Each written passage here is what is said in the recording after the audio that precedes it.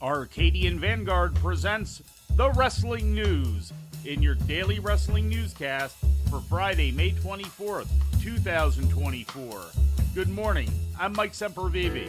We begin today with a major premium live event announcement from WWE.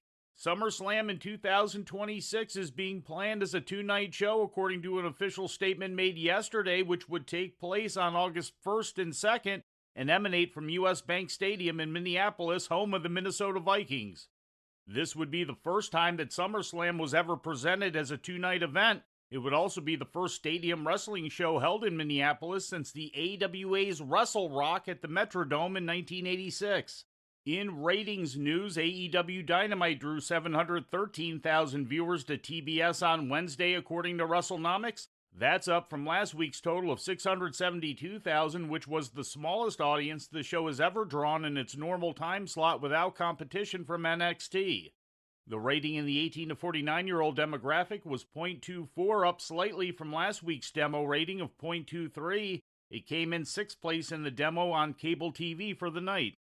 TNA presented Impact last night on Access TV, featuring matches taped last Saturday at the Megacorp Pavilion in Newport, Kentucky. In the main event, Trent Seven defeated Speedball Mike Bailey to become the #1 contender to the X Division title. Wait, what the hell? Was that Champagne Singh? The hell was he doing involved in this? The official didn't see Singh. Seven didn't see the interference by Singh either. Seven has beaten Bailey.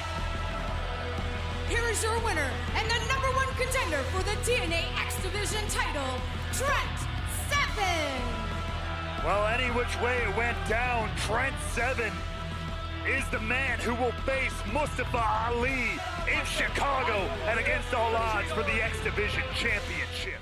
In the opener, Ryan Nemeth and Matt Hardy went over the system.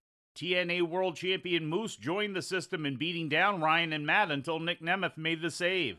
Knockouts World Champion Jordan Grace successfully defended against Marty Bell. After the match, Bell's tag team partner Allison Kay attacked Grace.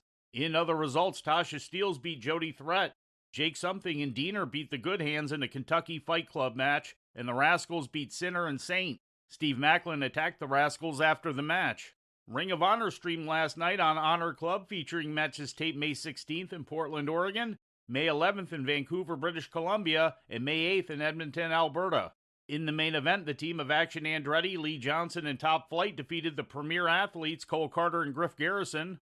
In a non-title proving ground match, ROH World TV Champion Kyle Fletcher defeated London Lightning.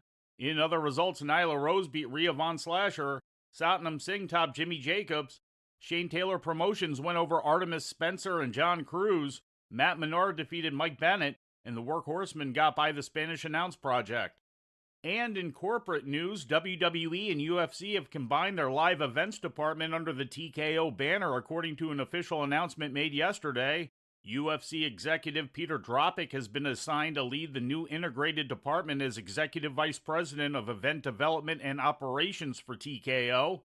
WWE's original live events department goes back to 1982, where Ed Cohn was named the original director of live events for Titan Sports, a position he held until 2005. In possibly related news, it was reported by Mike Johnson that several corporate layoffs at WWE were made yesterday. It was reported that the layoffs were made in more than one department and included some long-tenured employees.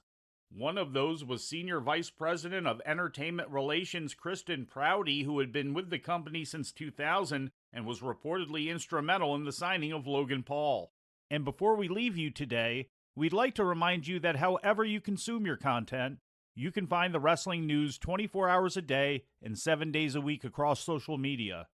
On Twitter, follow us at Wrestling News AV. Our Facebook page is also Wrestling News AV.